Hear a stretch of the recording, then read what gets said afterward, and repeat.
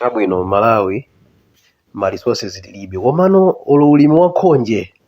sutheka ku Malawi kuno yayi zoona Malawi likakanika kukhala ndi zima machines zopanga khonje chonchi khonje fiber wa khonje uyo amagwirisidwa ntchito zinthu zambiri sapato zina zomwe tikuvala kunokozi chopondera chake chili ndi fiber wa khonje khonje yemweyo zoona Malawi likakanike kukhala ndi kampani yomapanga khonje chonchi inu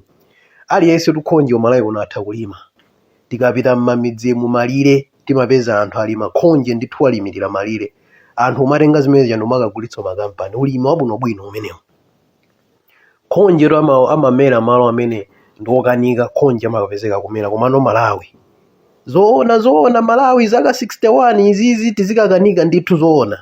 opanda ulo kampani imodzi yomapanga khonje chonchi basi zingolimbana chimanga chani khonje uyu taonani inu khonje zimene zikuchitika apa ayi basi zingokangana ndale MCP DPP UTM